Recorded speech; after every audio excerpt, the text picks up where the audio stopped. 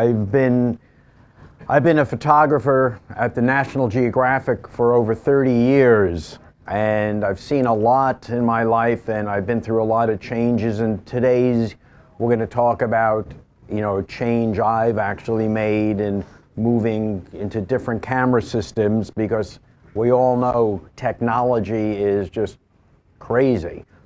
I'm going to start, but I wanted to just show you one thing, because I've got these lenses to get back.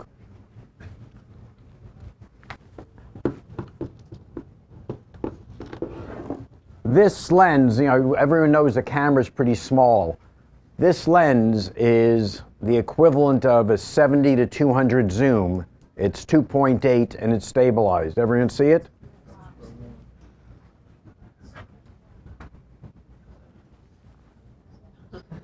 This is the Canon 70 to 2.8. And this is the Nikon 72.8. And I can't even begin to tell you the weight difference. But they're all great lenses, but portability and the ability to move around quickly and not be in someone's face. This is an important factor, besides the body being a bit smaller. So I'm going to give these two big lenses back to David. But I want you to, we could just go like. Can I roll them? Yeah. But just, visualize that, as we talk about, and I show pictures. The 19th century philosopher Henry David Thoreau said, "The question is not what you look at, but what you see." And as a photographer and traveling the way I do, I've seen a lot of different things. I've been exposed. It's been a great life for me. I've been exposed to a lot of different cultures, and a lot of preconceptions I've had about the world have changed. And just being able to, meet people and meet different cultures, it's been such an incredible experience for me. And photography is kind of the vehicle that's allowed this to happen for me, as opposed to me having a real job like my mother would always like me to have. So, well, when are you going to get a job? A little bit of my background: I grew up in New York. I went to high school here, and I started taking pictures in high school back in the days of, anybody remember film? I think we have a couple of people that remember film. And it was just a great experience. My dad built a darkroom in my basement. We made a sink out of wood. And just watching pictures come up in the developer, making prints, great. I really enjoyed it. I had, a great time working for the school newspaper. I then left. When I got out of high school, I went to college in Wisconsin, the University of Wisconsin. I was there during some turbulent times, which was a great time for me to take photos. And originally, when I went to college, I wasn't going to be a photographer. I had other aspirations in mind, but I missed taking pictures, and I joined a student newspaper just so I could have a darkroom to work in. So I was processing my pictures, getting prints made. It was great. And the local newspaper guys and the wire service guys who were covering the university's basketball and football games would see me and my photos in the student newspaper. And I was eventually hired to work for the local newspaper 3-4 days a week, and I couldn't believe I was getting paid to take pictures. It was, God, they're going to give me money to take pictures. What a great experience that was. And as a result, I thought, I'm going to be a photographer. This is too much fun to give up. And now, over the years, there have been changes in photography, and obviously the one we all know about is a change from film into digital, and that was fairly major. Does anyone here still shoot film? A few people, and I do miss film, and one of these days, if I ever retire, I'd probably want to build a dark room and breathe in those toxic fumes again. The other, along the way with digital, there have been smaller cameras, smaller sensors, better ISOs. I remember shooting in the film for the National Geographic. We were shooting 50 ISO, 64 ISO, 100, 200. 200 is about the max. I would either shoot Kodachrome 200 or I would take Pro Via 100 and push it to stop. 400 was outrageous. And now look, we have these cameras, they start at 200 and going up to 800, there's really hardly any difference in quality. So changes are good, you just have to get used to some of these changes. And people are taking pictures with their iPhones, and that's great, but the more serious photography, which is what I'm talking about here, is really, I call learning to see. I don't teach or lecture about technical stuff. F-stops, working Photoshop and Lightroom, that's all science, and those are things you could learn from other people, you could learn online. I try to talk about storytelling and teaching. One of the things that's happened as far as storytelling is moving into video. That's another move. So today I'm going to talk about what I do still-wise and then how I moved into the video world. And it's recent. I've just started maybe 5-6 months ago. I started getting into this world of video, which is a great way to tell stories. Anybody shooting video here? A few people. Well, with the web and a lot of my other kind of clients, my corporate clients, people want to see video on the web. It's a perfect place for it. So the other thing that's been terrific about these smaller cameras is you're much less obtrusive. You could go to places with a smaller camera and people don't think you're a professional. Well, I know everyone likes to be a professional, but in the end, you really don't want to be a professional sometimes. And I'll show you some of the stuff I did where it really helped me not having, like the 70 to 200 millimeter lens, the big lens on my camera. So not being a professional or not looking like a professional is a great way of, getting into certain places. Now, how I got involved with Panasonic and what kind of made the move was the first camera I got to try was similar to this. This is the GX1, which, by the way, there's a raffle at the end of this lecture, and you could win one. What? Yeah. With a zoom lens on it. So the predecessor to this camera was that I had was a GF2, and it was about the same size. And I just got the camera as a always have with you camera.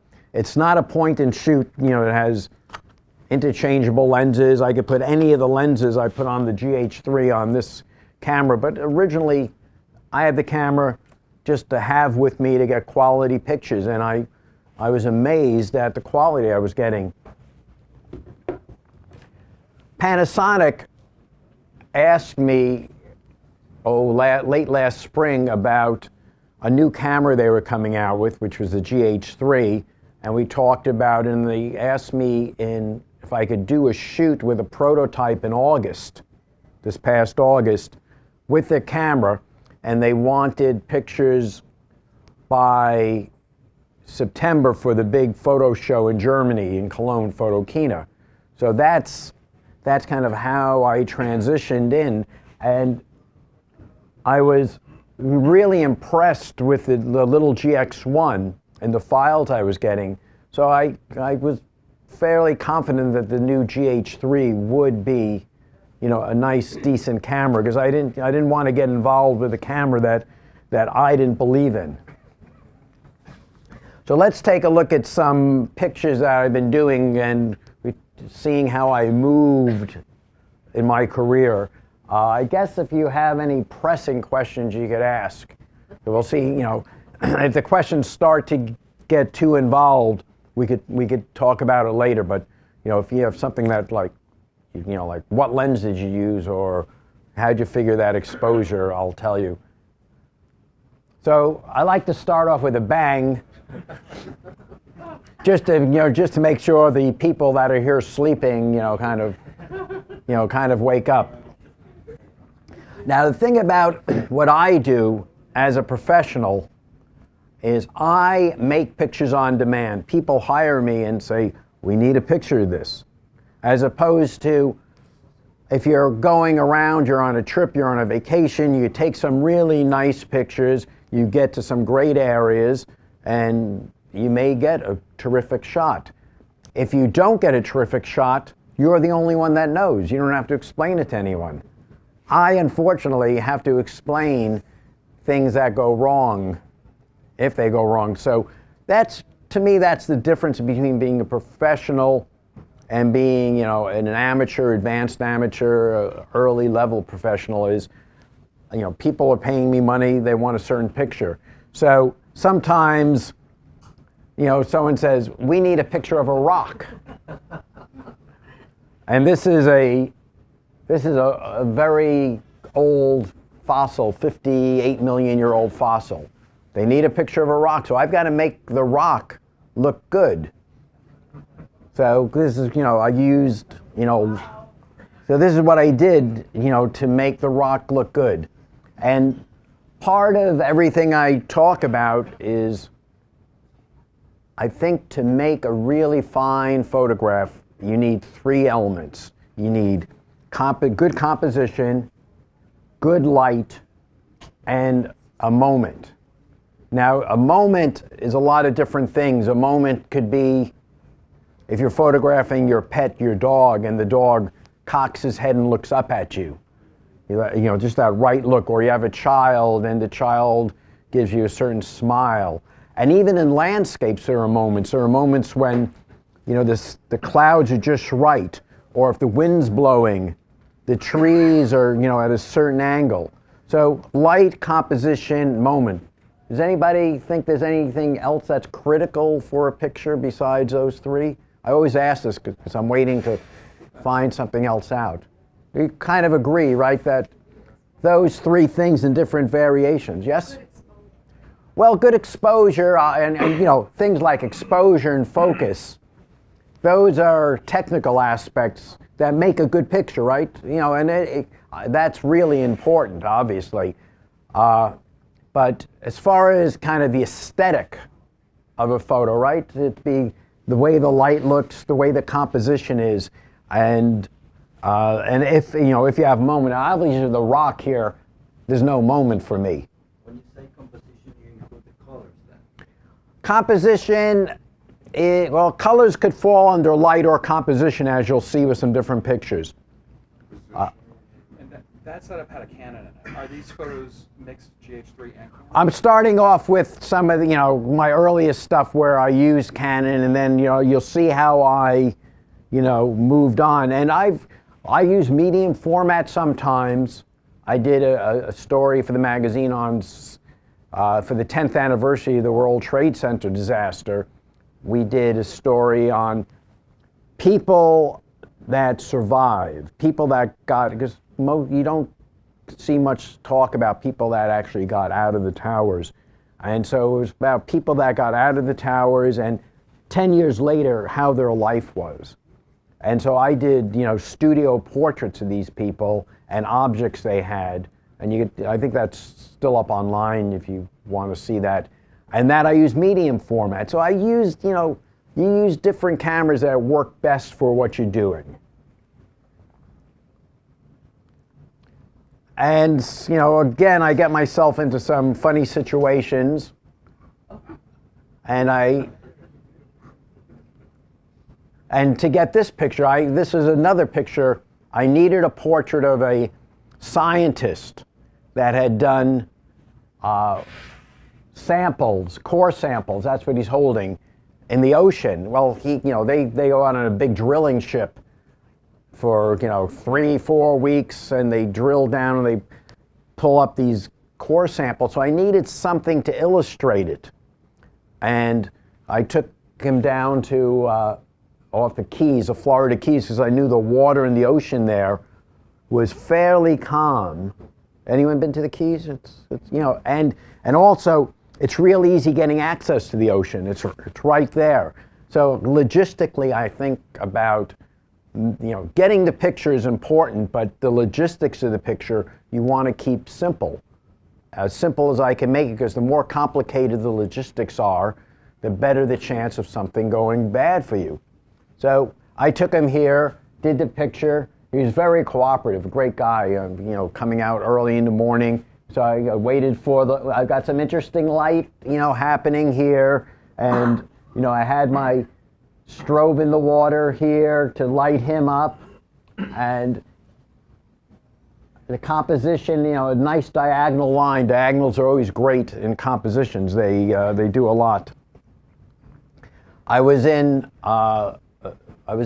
Lumbini, Nepal, photographing at the birthplace of the Buddha, and I was trying to set something up so I wouldn't be so in people's faces, and I was shooting remotely, tethered into a computer, and the people were going by looking at a certain rock formation. I wanted to get their reactions, and so I didn't want to be there, and for some reason, and now I look back and think it didn't really work out that well, but putting scarves on the lights and the cameras, I thought would hide them more, but now I look at it, I think it brings more attention to me.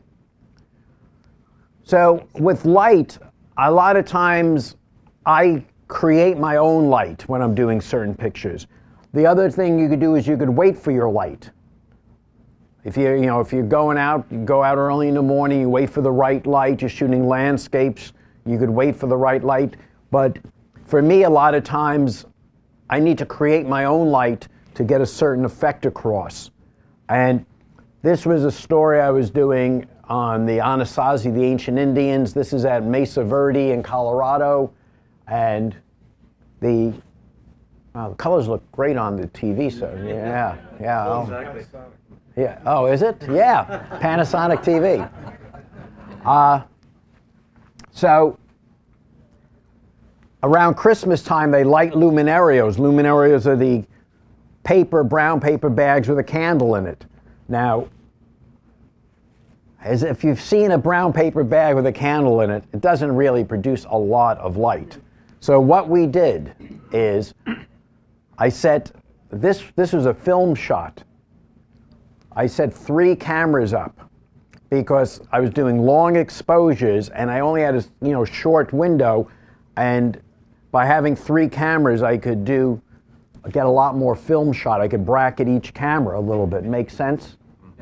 Because digital, this picture would be much easier. You do a quick shot, you look at the back, you're plugged into your computer, you could figure it out. But here it was long exposure, and then my assistant and I ran around with strobes and painted in the walls. And we were doing probably about a 15-minute exposure, but in the 15-minute exposure, the luminarios got really burned out. They really overexposed, so they now look like they're an intense light source. So it looks like the luminarios are actually lighting the place. And I get it right occasionally. Another, idea of me creating light, this is a cast of the largest T-Rex, or the largest, most complete T-Rex. Anyone know what it is? The name of this T-Rex? It's Sue, and it's at the Field Museum in Chicago. And I had to do a picture of this, so this is a huge, huge lighting job. But I needed to get this feel of the dinosaur, and I got above it because this is before they mounted it. So controlling the light is important for me a lot of times, even in portraits, controlling the light. Yes? Did you use for the dinosaur in wide angle or? It was I didn't want to use too much of wide angles. I was worried about distortion. And I'll try to tell the story quickly because this is a great story. I shot this up in Canada. And before I went, I asked them how high it was to your roof because I was going up in a lift. And I computed how high I could be and the longest lens I could use so I wouldn't get distortion. I can't remember the numbers. They told me, oh, you can go 30 feet. I said, that's great. And originally I brought a Hasselblad out to shoot it. And with the widest lens, a 40 millimeter Hasselblad lens, and I got up, and when I got to the place, I go, these ceilings don't look 30 feet high here, and they had given me the wrong number, and and the Hasselblad lens wasn't wide enough, so I eventually had to find a local camera place and rent a really wide lens for, I think I was using a Leica then, and shoot it with that and then try to keep it straight. So, like I said, logistics are an important part when you're creating pictures. So again, lighting. Here I was doing a story in Peru on a warrior princess that they found in a tomb, and as they were digging around, they found gold, and the minute you find gold, you got to get armed guards so the gold's not stolen. And I could have shot him during the daytime, but it wouldn't be dramatic, right? So I decided, I shot him at night, and for that backlight, it's my assistant's car headlight. And then on him, I actually had a strobe and some other lights to get the glint. And I had some images without the flare, but I ended up liking it with the flare. I think it just made it more dramatic. So again, I wanted a dramatic picture. I'm always thinking about pictures. Now I was on a subway or tube, as we say, in London, and I had a Panasonic the G3, which is the predecessor to a nice camera they have, which is the G5, which I haven't gotten yet. Does anyone here from Panasonic hear that, or they working on it? No, so the G3 was a great, it's smaller than this, but the great thing, it had a pop-out screen. I never thought much of these pop-out screens. So I'm on the tube in London, and I saw this girl, and I saw the light was hitting her really nicely, and I had a camera bag on my shoulder, and I put the G3, I just rested it right on the camera bag, popped out the screen, I kind of set it up, and just I could look off and just, it was great. No one had any idea I was doing pictures of her. So I started to, I realized, wow, these pop-up screens are really a big, big plus. It's a nice thing to have. And so here's light that I'm not creating, but I'm watching for it. Same thing, Grand Central Terminal. I was doing a story in Grand Central, and the light in Grand Central is just incredible. It just reflects off of windows, comes in. There's that classic picture from the 30s. Everyone's seen the black and white with the light. Well, they built so many buildings around it, it's a little different, but I still love the light. And what was interesting here is everything, I was just lucky, the guy with the fedora suddenly made the picture different. What I say this all the time, every little element in a photo adds to it. Even though you're not staring at that little element, it adds to the quality of the picture. And any bad element distracts from it. So I'm really crazed about composition. I go nuts over it. So here, this is just, straight composition and, just waiting for the shadows and light. But light and composition, here again, I went by this scene. This is in Bergen, Norway. I was heading somewhere. I'm always getting pictures when I'm walking somewhere. And if I'm with my wife, she said, we're not going to stop and wait, are we? Right.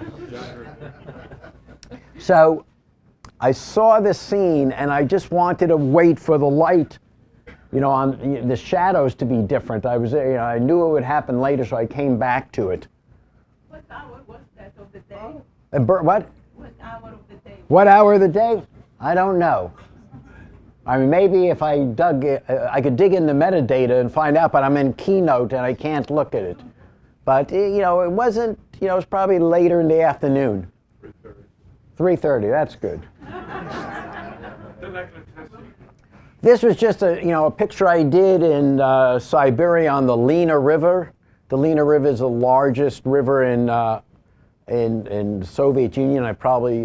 And it was named after Lenin. Well, no, Lenin got his name from that river because in the 20s, I guess there was a big workers' strike on the river, and Lenin took his name from it. But this was, you know, I was waiting around heading somewhere, and the composition, and it just looked so surreal to me.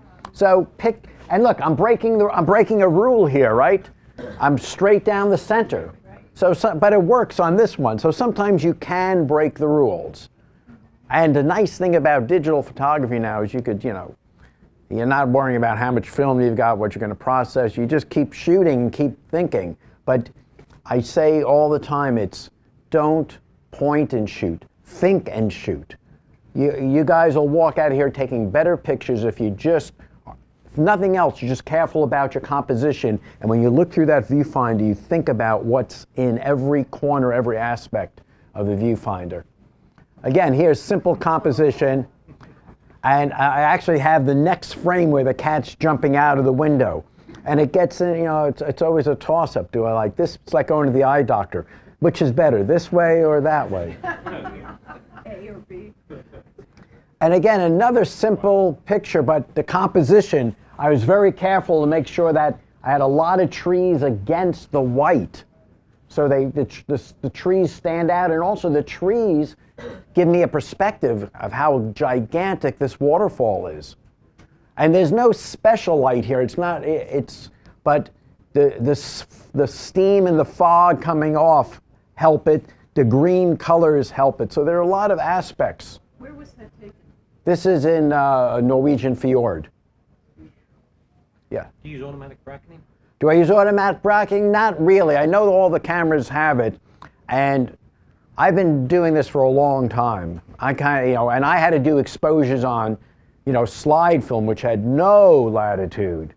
Now this camera has, I think, 10 or 12 stops latitude on the GH3. I think it's 10 to 12 stops. It's a lot of latitude. It's great.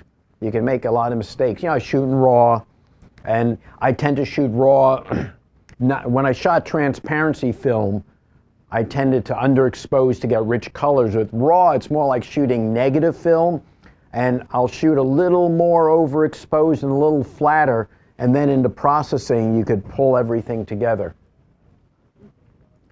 Again, thinking about the light, this is actually smog on a really smoggy day, and the sun was coming down, and it really warmed the smog up. So it made an interesting image. Where were you to get the shot? I was on a boat. Was it on a top deck? Top deck of the boat? Yeah, I was pretty high up on a boat. I think it was one of the tour boats. I just was, you know, heading. I've been shooting something at the statue, and I was heading out, and it was getting smoggy, and we were going by, and I just, you know, grabbed a couple of frames.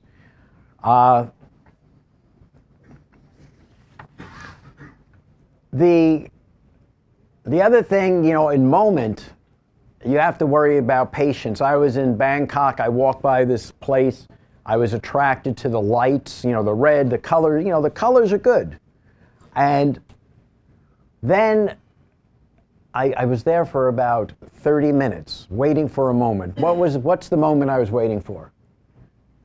The fish. The fish was not, I had to wait for the fish, because the fish was swimming over here, and I just was waiting for the moment the fish got to the right place. So You guys stood there for 30 minutes? he was standing around, or maybe it wasn't 30 minutes, maybe I exaggerated, maybe it was like 10, 15 minutes, but it seemed like 30, you know how it is when you're waiting for something to happen, it seems a lot longer. But I just initially, I was attracted to the colors, and I waited for this. And then again, here, just working with the color of the light. Someone asked me about light or color and light, and so colors and light make a big difference. So here I was waiting for the colors, the light and the glow on the faces. What ceremony is that? What ceremony?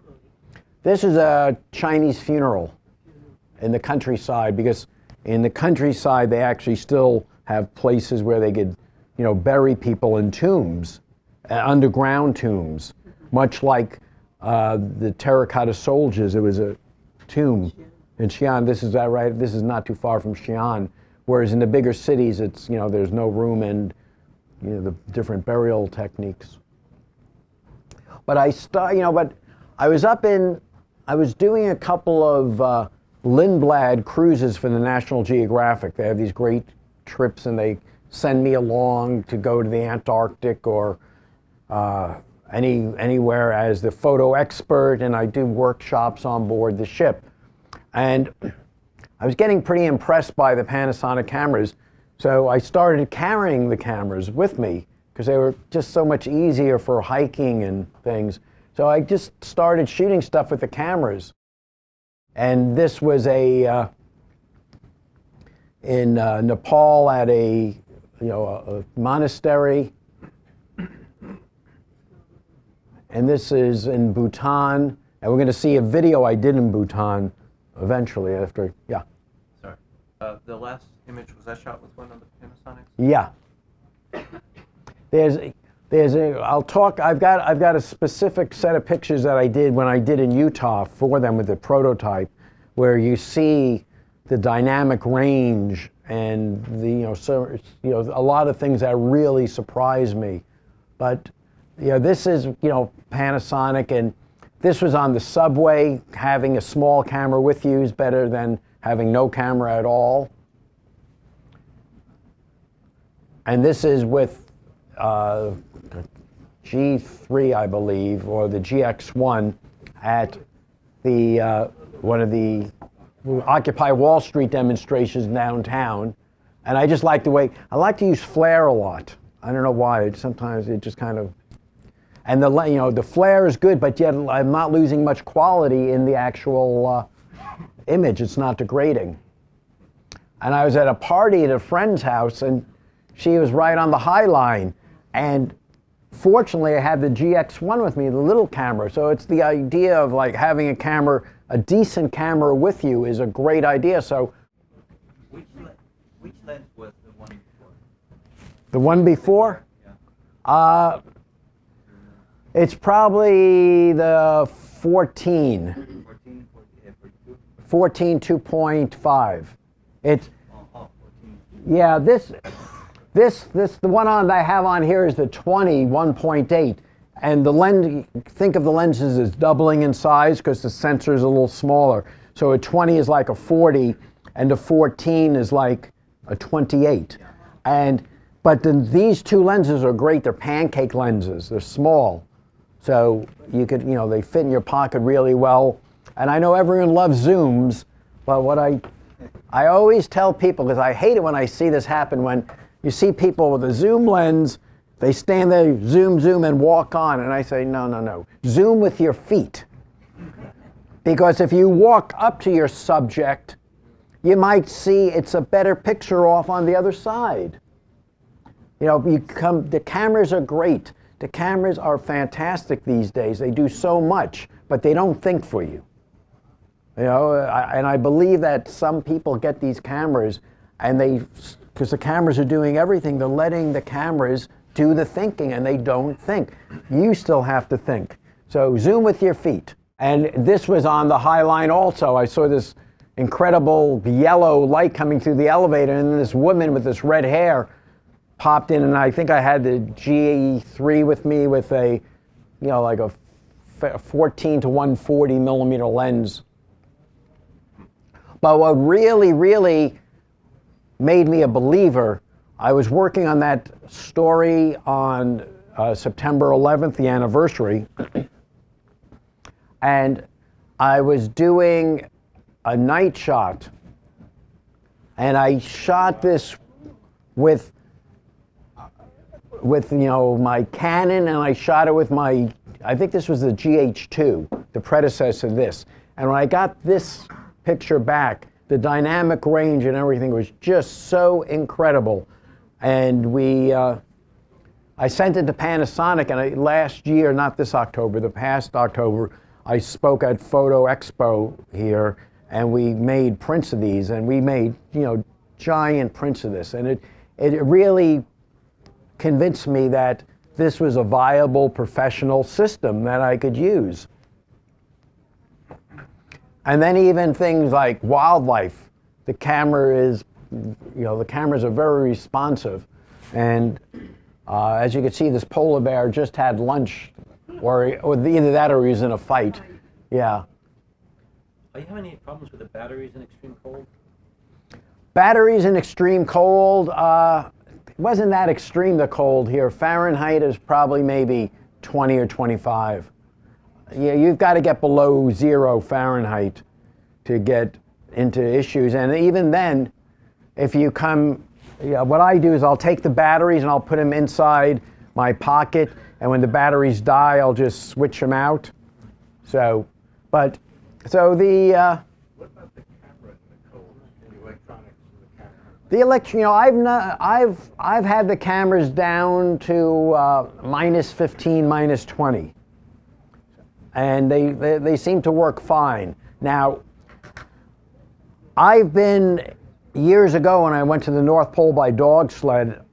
I was shooting film, and it was -40 or -50.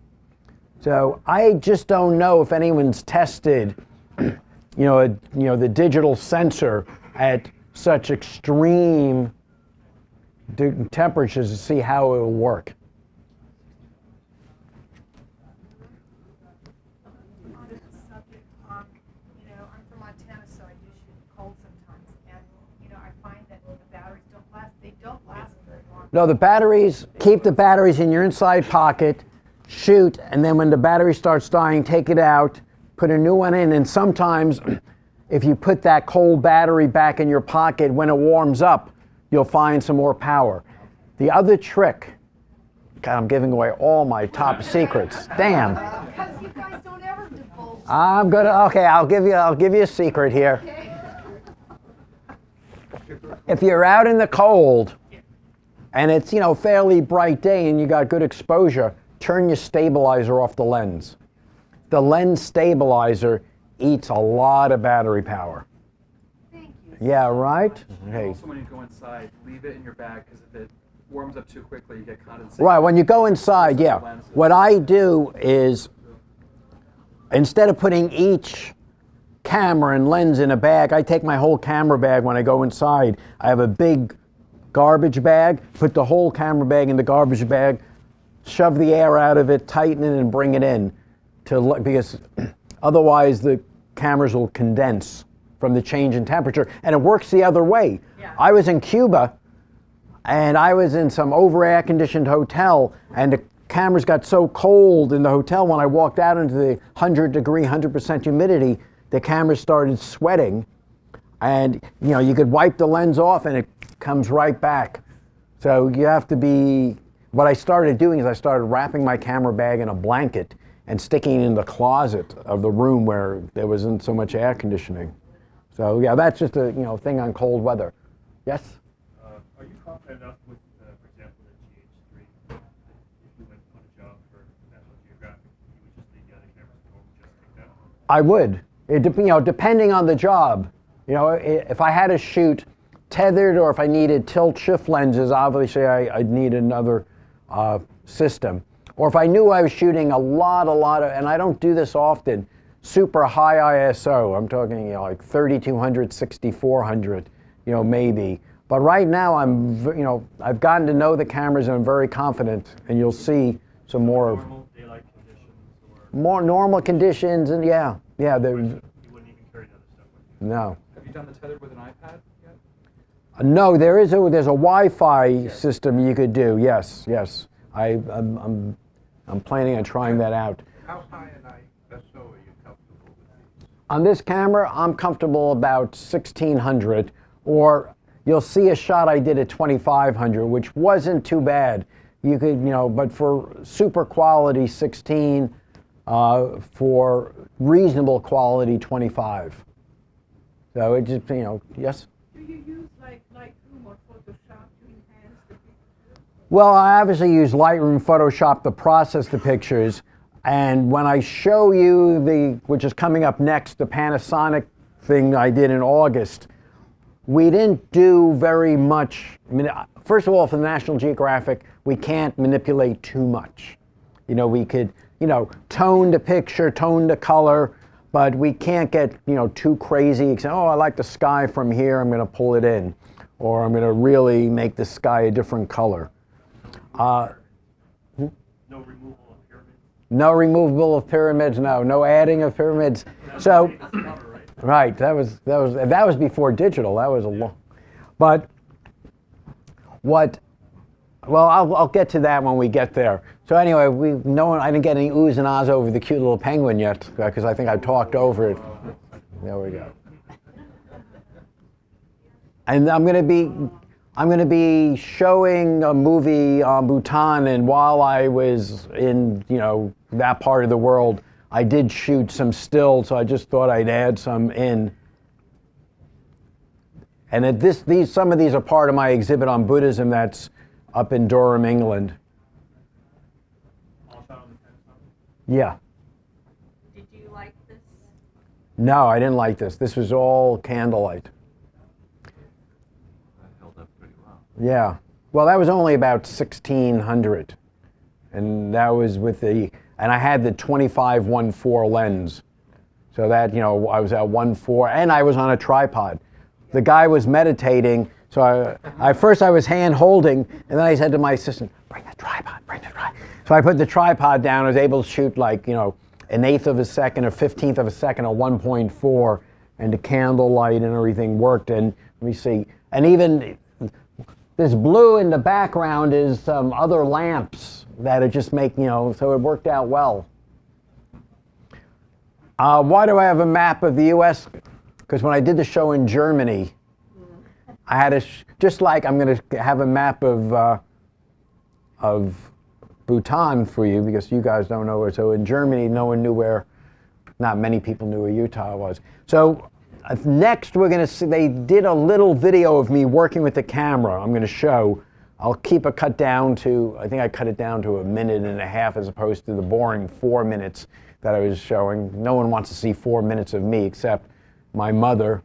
My wife doesn't want to see 4 minutes of me, unless it's live, I guess. Has anyone been out to this southern Utah at all? It's an incredible place. That's why I picked it.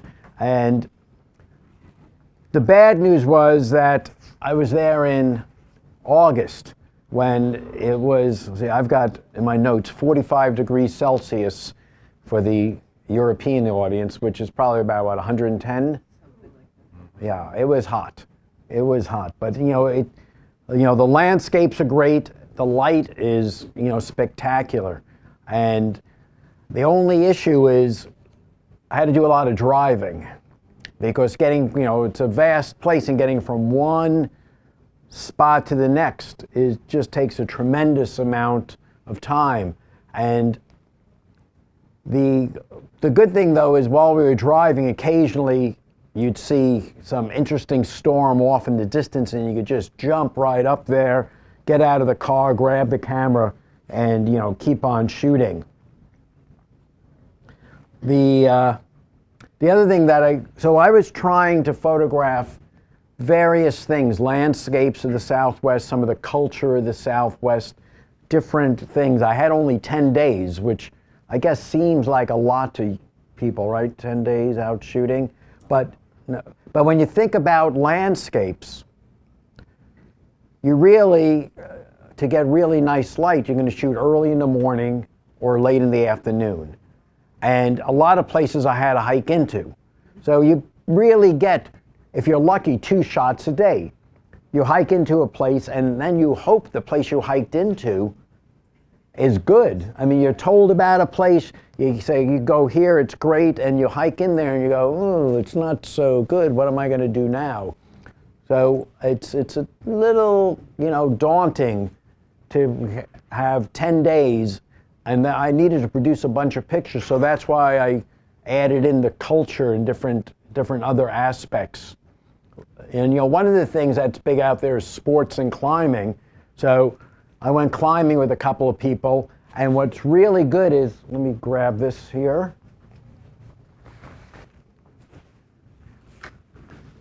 No cameras in the top half. Top half is usually food and water and lunch, right?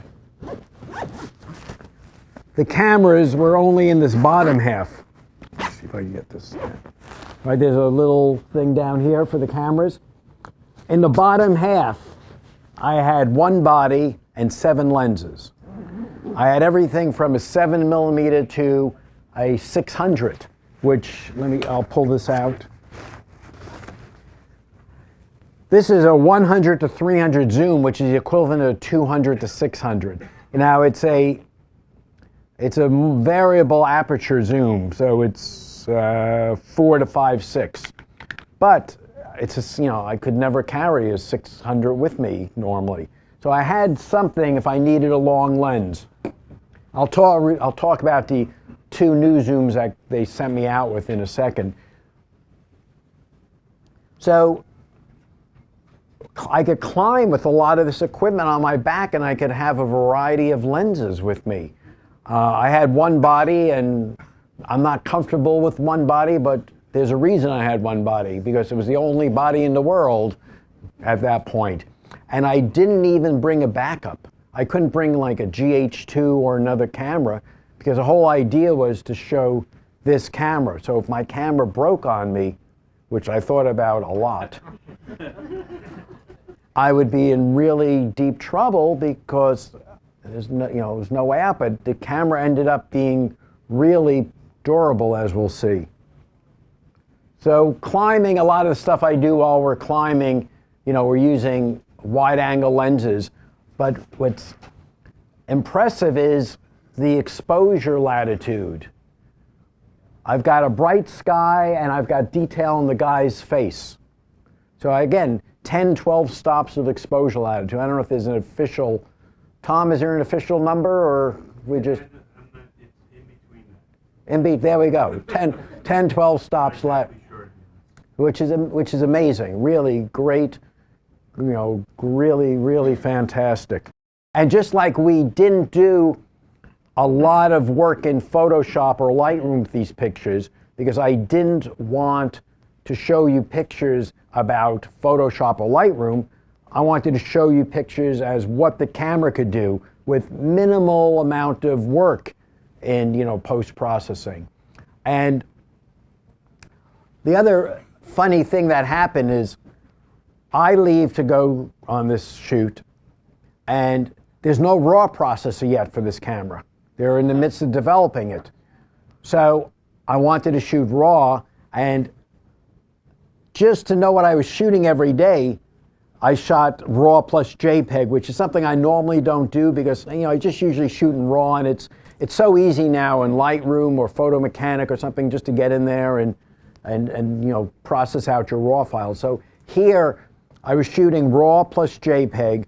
I put the RAWs in a separate folder, and the JPEGs was what I was looking at, and I couldn't even rename or renumber them, because I wanted to always, when the processor came out, I kept on emailing Japan, how's the processor coming? So 2 days after I got back, they sent me a processor, and it's a third-party processor they use called Silky Pix, and it's not the best processor around, but it got us, we were able to process it enough to get it out of RAW format into a TIFF file. And just about a month or 6 weeks ago, Adobe's come out with the update for Lightroom and for Photoshop that will process it, and we're actually just got through reprocessing all these files in Lightroom. You said that again you use minimal Photoshop. What do you consider minimal? Minimal, it's adjusting the color balance. It's, you know, doing the curves on the picture, you know, lightening or darkening. I basically use what we're allowed to do with the Geographic, which they say whatever you used to be able to do in a wet dark room, that's what you could do in this. You know, and you know, you could burn and dodge a little bit. So that's, you know, it's kind of my standard. I was really impressed by autofocus. The autofocus on this camera is, yeah, it's really, really good. You'll see some stuff that I've done. So while I was out climbing with this guy, I looked over here, and this is when having that 100 to 300 or the 200 to 600 was handy. I just pulled out this long lens. I think it was about 400 millimeters, you know, which I would not have had with me normally. We're talking about filters. When I left, when I left New York, heading to Utah, I was looking to photograph a powwow in Utah. And we were searching around and we couldn't find a powwow because I thought a powwow would be pretty interesting. And the Native American culture is part of the West.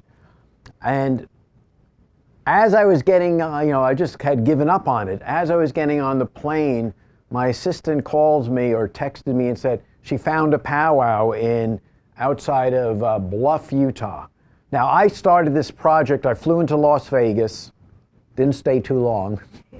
And I drove up to St. George, Utah, which is on the western edge of the state.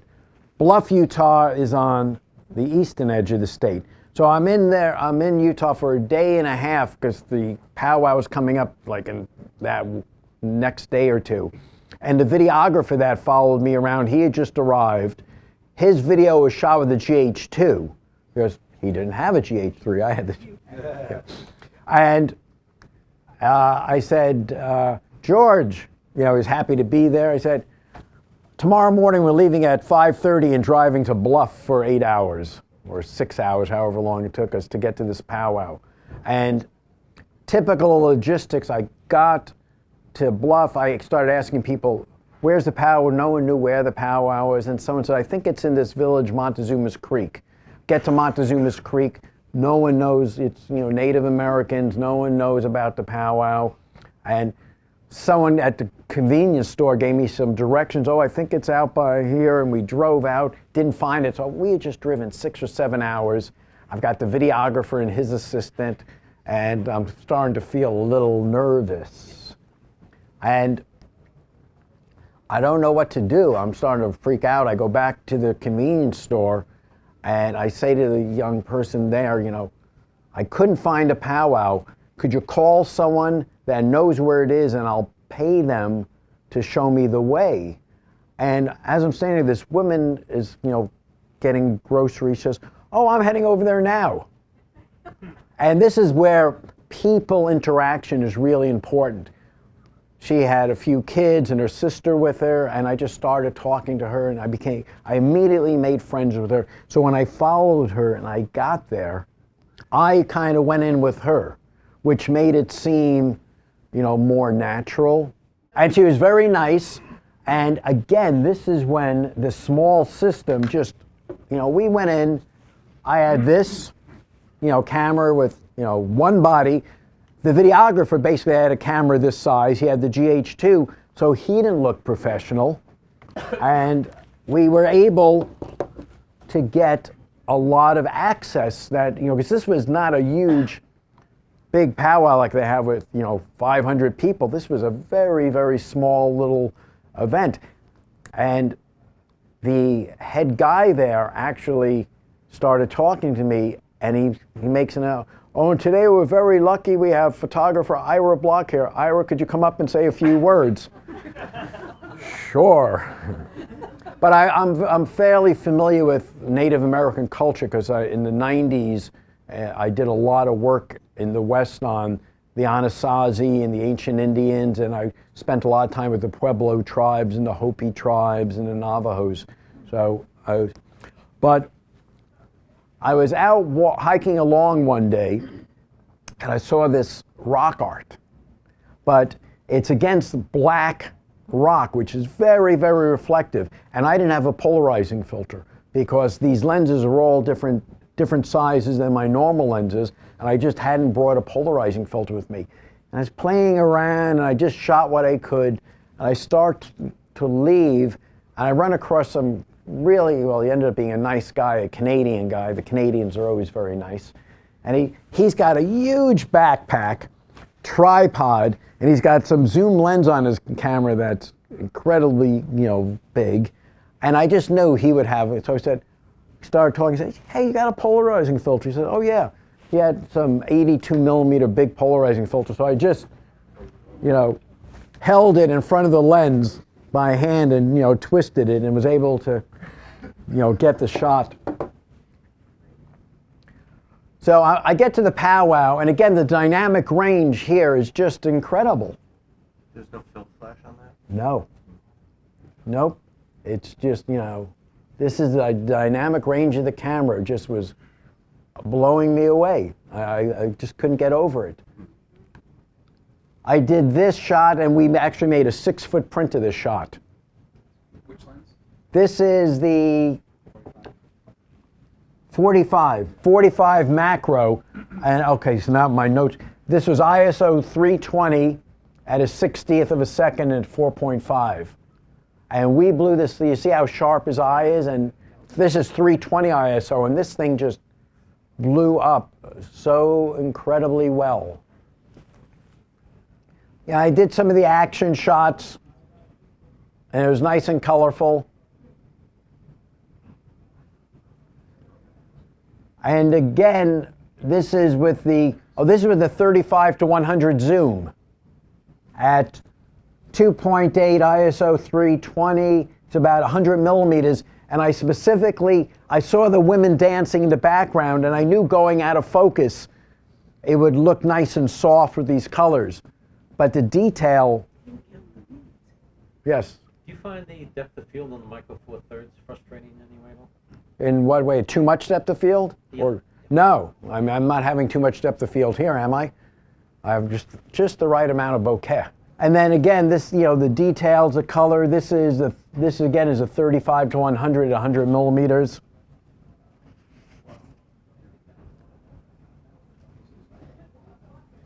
So I was getting, it was great. One day at the powwow made me feel so good because I knew now I had a lot. You'd see me in the glasses, right?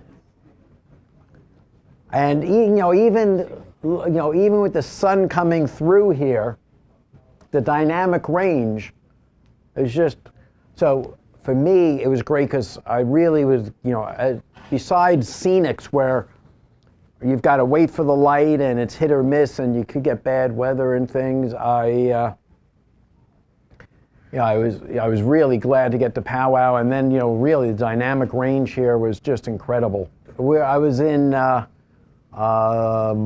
at the goosenecks, and this is looking out at Monument Valley, and the dynamic range, if you can highlight that middle shadow area, really, really holds up.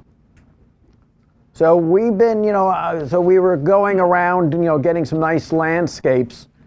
I hiked out to Arches National Park, and I had the 7 to 14 on with me. And the 7 to 14 was okay, but it was cutting it right here. And then I remembered they had sent me an 8 millimeter fisheye. And I'm not the kind of guy that uses a fisheye a lot. I just don't use it. It's not. I put the fisheye on, and this was taking, the curve of the arch and the curve of the fisheye just worked great together. And I was able to get the extra little bit I needed in the shot. And again, it's a lens, the fisheye lens is, as small as this 20 millimeter. It's a small little lens. I had it with me. So it's very advantageous. And the other thing I liked about the camera is some of the other camera systems have all these menus, which, if you're into menus, okay, but to me, I have to work fast. I don't have time to dig around in the back on a menu. I like the dials and buttons, so I could quickly move just like I said in the video, right? From one to another. So here, I was shooting this, and then I noticed these two girls come up to celebrate the sunset, the little figures in there. And I just quickly changed lenses, changed exposure, and I was able to work really fast. Now, again, if I had two bodies, it would have been different, but we all been through the two-body story. Now, every day wasn't a great day. I had some kind of funky weather a couple of days. But I did some shooting in the funky weather, and it was, especially with the people here, it was soft enough, so it worked. But my photographer's luck came back when I went to Arches National Park. And we made a 6-foot print of this thing. It's unbelievable. Bryce came, did I just say Arches? Yes. Yeah, I left Arches and went to Bryce. So, great colors, great landscape. What I like to talk about here is this idea of landscapes and a lot of mistakes people make when shooting landscapes. When you look at a landscape, you'll see this great vista, and you'll see a waterfall there. So you come back and you've got a picture of this vista, but everything in your picture is teeny weeny, shall I say, because your brain and your eyes are a combination wide-angle telephoto lens. You could see a wide vista, but then you could focus in on your mind on some element of it. Camera can't do it, although I'm working with Panasonic on developing a lens like that. No, you can't do it. So what you have to think about here when you're shooting is you have to know the difference of what your mind sees and what the camera is capable of doing. And that, also exposure, focus things. The camera gets it right 95% of the time. You have to know the 5% when the camera gets fooled. But on composition and landscapes, it gets fooled a lot. So what I like to do is I like to put something in the foreground. So I have some anchor, I call it, an anchor that kind of gets you into the picture, and then you could let the background spread out. But there's something that anchors you into the image. Like this, I've got a rock in the foreground. And here, I've got this little rock formation in the foreground. So I'm putting you into the picture with something significant in size, and then letting the background spread out. The idea of just going with a super, super wide angle lens is not going to make it, because everything's going to come back. You're just way, way too small. So I wanted to get a little bit more of the culture of the West, and I thought, what better icon of the West than the cowboy? And I found a small rodeo to go to. And I got there early. One of the reasons I get there early is because there's some interesting stuff usually going on before things start. But the other reason is, again, people skills. If you're there, you meet the people, you spend some time with them, you talk to them, they get used to having you around. So they're not going to throw you out later. They know who you are. But it was fun shooting just, various details of the cowboys getting ready.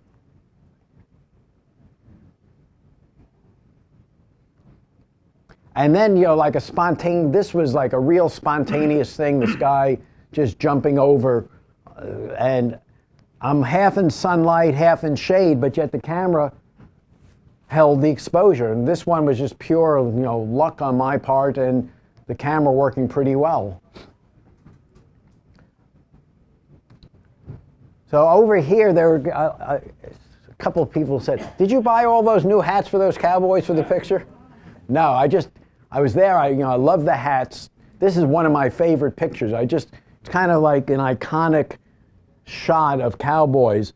And what's great about the camera, I am not 6 feet tall, as you notice, but I could go like this with that viewfinder, and I could get higher angle shots.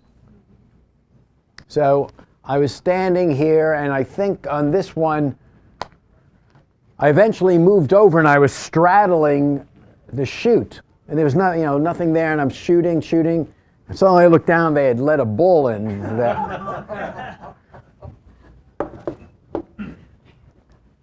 But composition, light, I just kind of like the way the hats went. But one of the things I wanted to check out, and this was a perfect thing, was the action and the autofocus. And this is when I was surprised by how great and fast the autofocus worked.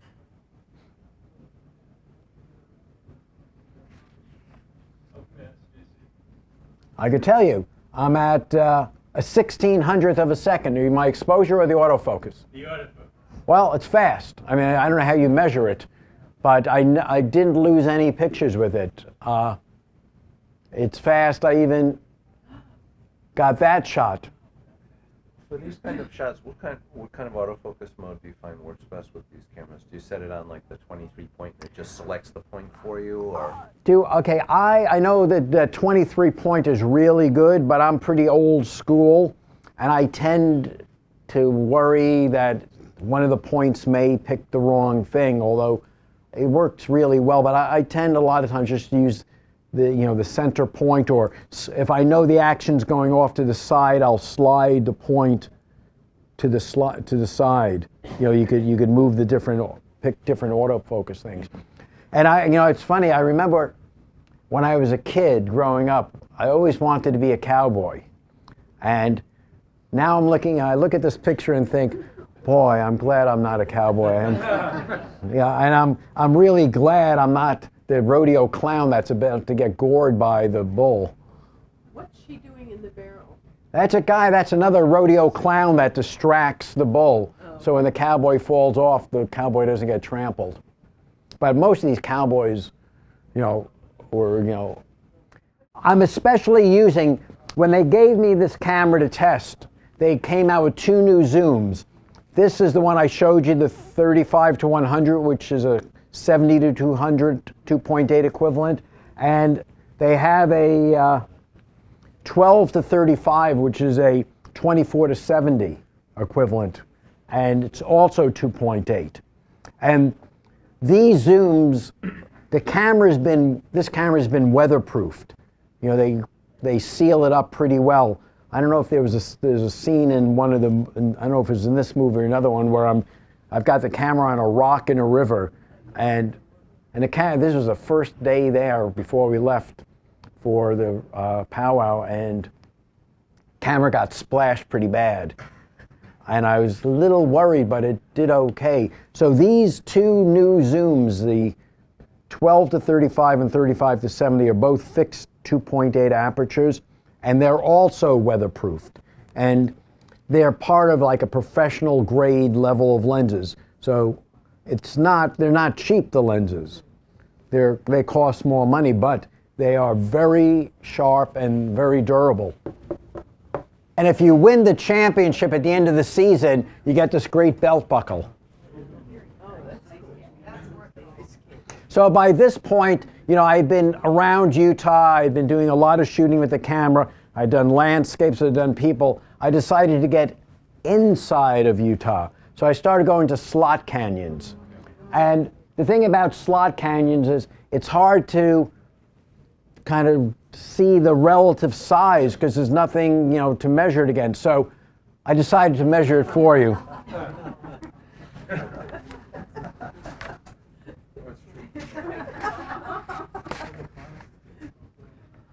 But it was really interesting being in there. The rock formations are incredible. And I was a little worried because going through these formations, the camera was getting banged around a little bit. We were climbing and crawling through little holes. Like this next one, the hole I'm shooting through is only this big, and I'm crawled into a space. I couldn't fit my tripod. This exposure is at 4.5 at like a half of a second. I'm sitting there. I've got the camera on my boot with a cable release because I couldn't get the tripod in there. And I'm just sitting there like that and using my boot as my little tripod. So while we're leaving, My assistant says to me, says, "Hey, we got a visitor here." I go, "What?" There was a bat asleep. And I was, hey, it didn't wake up. I thought maybe it was dead, but I was this far away with the macro lens. But the best thing was one night we were camped out and I saw all these stars and I said, I got to go for it. So, yeah, a little difference in colors, but if you... I know this one by heart. 30 seconds at f2.8, ISO 2500. Let me just check. Yep. Did you add some light in the arch? Of course. We added light in the arches. It's pitch black out there. So my assistants, and I had 2 assistants with me, and we had little flashlights, and only little ones. I've have these, million candle watt, way too powerful because you're at 2500, 2.8. You don't need a lot of light. We had to cut down. I was using little mini mags, and sometimes with tissues over the edge to soften them up, and the assistants are hiding behind things. And this is about the worst scenario for noise you could get. You got long exposure noise, because we're shooting for 30 seconds, and you have high ISO noise, because we're at ISO 2500, and you're into a black sky. Now on this one, in the sky, I had to do some noise reduction. But it's still amazing. And we've blown this picture up, Miho, what, 3 feet, 4 feet? We didn't go 6 feet. I think we went 4 feet with this at the lab. So there's a video of making some of these prints on YouTube that was shown at Photo Expo, because I wasn't there this year, I was in Bhutan. A video of, if you Google like Panasonic Ira Block, you see a lot of videos, but there's one on making these prints at the lab and how large they got. 30 seconds is about as long as you could go. If you look closely, there's a little movement in the stars. After, 30 seconds is about as long as you could go without, where the stars still have the appearance of a point. If you had a faster lens, this was 2.8, and I was going to use the 25-1.4, but it wasn't wide enough for me. So if I was able to chop off a stop or two, open up a stop or two, I could slow my exposure down to maybe 15 seconds. But the shorter the exposure, the more point light they're going to get. Are you using light meter or just wild guess? Wild guess. I knew I had some experience shooting night stuff, so the experience put me in the ballpark. And you've got to be careful at night because your eye gets adjusted to no light and you look at the back of the screen and everything looks the wrong way. So let's see, here's another shot, clouds moving in. This is also 30 seconds. Yeah, 30 seconds.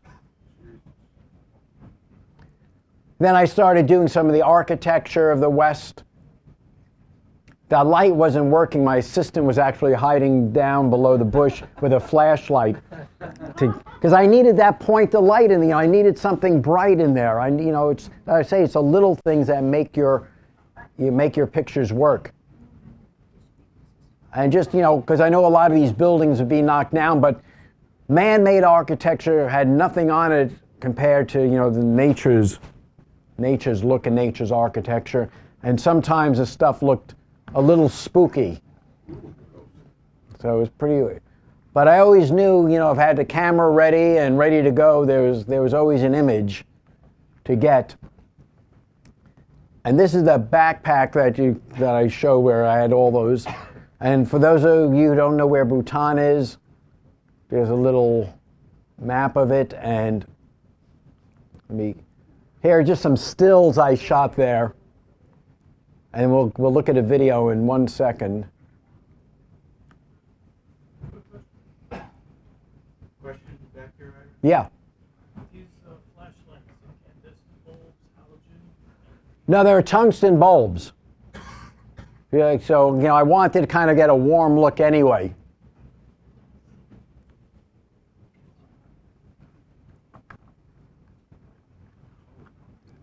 So now this is back in Bangkok, but Now look at this picture. Look at the girl's eye. This was shot wide open, 2.8 at 100 millimeters, so it's like the 200 millimeter equivalent, 2.8, 320 ISO at a 200th of a second. And this was not set up, these girls were dancing.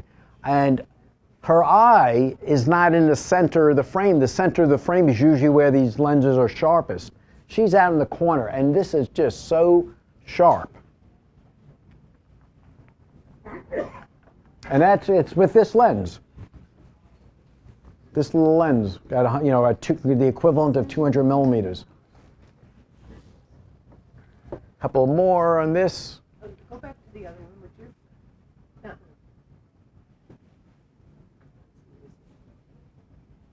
Thank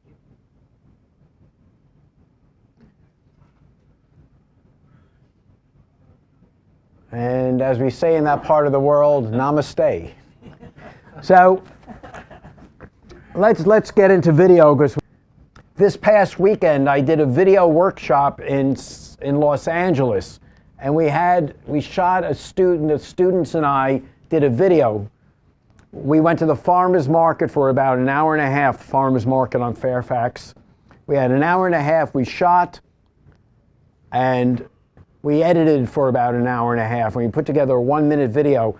We couldn't use tripods there, they weren't allowed, so we used monopod. Well, it's very busy there, so we used a monopod, and it was really noisy there, but I was able to find a couple of characters we could get some narration from, because I didn't have time to sit there and cast people. So it's interesting. This was done really quick, and we used the shotgun mic for most of the sound.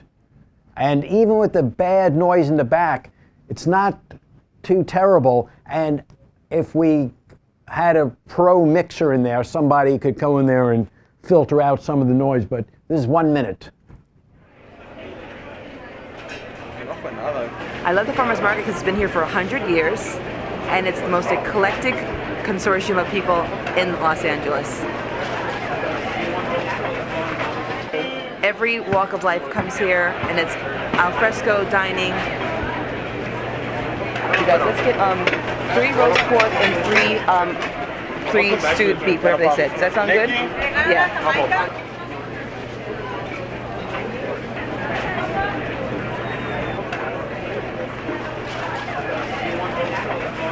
Hi, I'm Dean Schwartz, and I'm the owner of Dino's Gourmet Pizza here in the Farmers Market.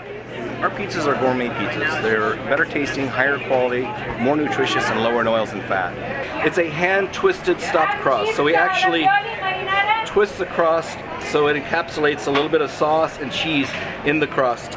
We have the best pizza in LA, right here in the Farmers Market. This camera, the on-camera microphone, and the shotgun microphone, and impressive. This was something everyone could do. It's not as daunting as you'd think.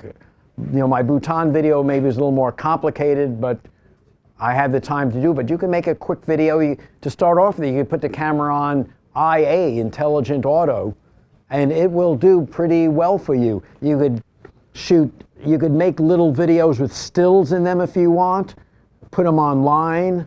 There's a lot of mixed media you could do. For more information, please visit us online, give us a call, or stop by our New York City Superstore. You can also connect with us on the web.